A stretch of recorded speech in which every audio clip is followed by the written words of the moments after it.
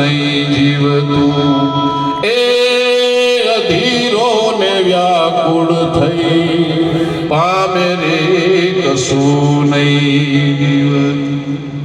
એક જ લીટી પણ કેટલું સમજવાનું આવે. આ માયા છે ને તમારી મારી પાસે, એટલે આપણે કાંઈ મેળવી નથી શકતા.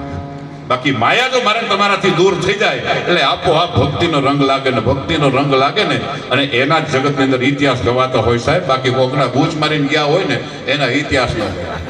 એટલે કહેવાનો ભાવ આજે ખરેખર આપણે બધા બેઠા છે અને એવા ભોળાનાથને પ્રાર્થના કરીએ કે અમે જે કાંઈક જીવનની અંદર સારી કાંઈક આવી કામની શરૂઆત કરીએ તો અમને જે કાંઈક જરૂરિયાત પડે ને ત્યાં સાથ અને સહકાર આપજો અને કામની અંદર સફળતા મળે એવા આશીર્વાદ આપજો.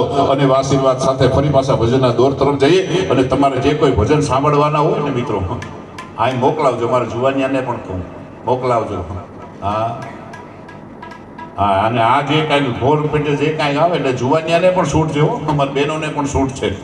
અને તમારે જો કદાચ કેસ તમારી